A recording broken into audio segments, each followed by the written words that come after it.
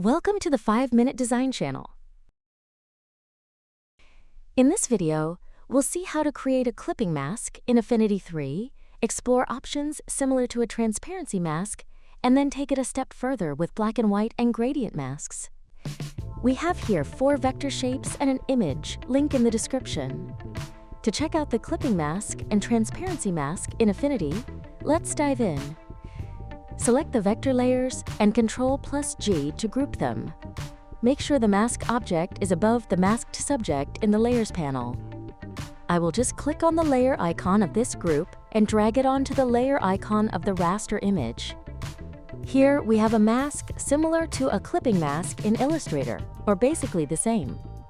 To turn it into a transparency mask, click the mask layer and, in the Layers panel, play around with opacity and blend options.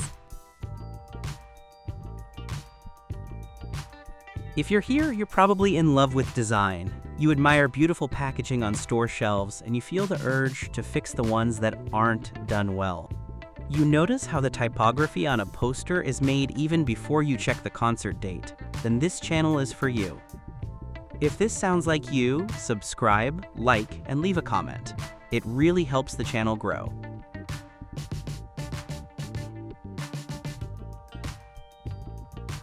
Let's leave this at 100% normal and check out the transparency tool in the toolbar.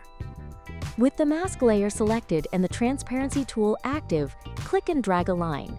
In the floating toolbar, you can edit gradient transparency, no fill color. But if I select the fill tool, then I can use a gradient. I'll just test this, and you can do the same. For transparency gradients, I like the linear option for this image. Radial, elliptical, or other modes can be useful depending on the project.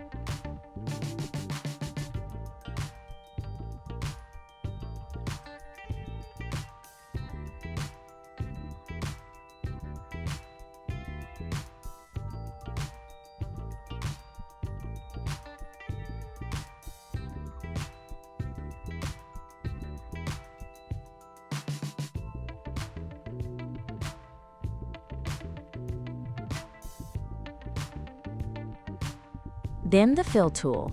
It's extraordinary. By default, it gives a grayscale effect, which is nice, but if you choose to add a fill, it works like magic.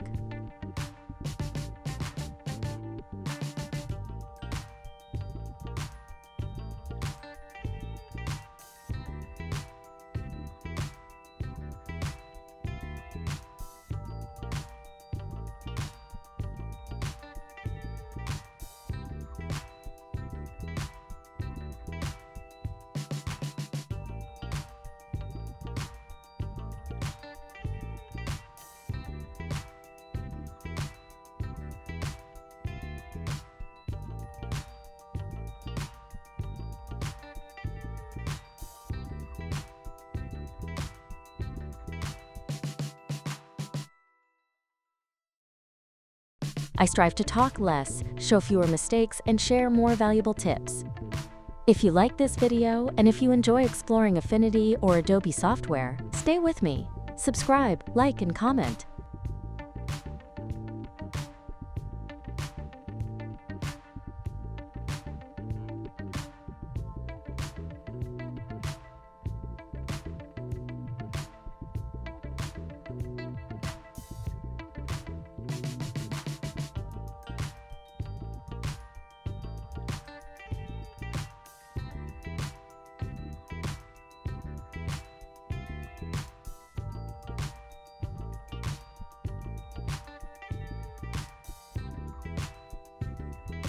To reverse this effect, just go to the context toolbar and set type None.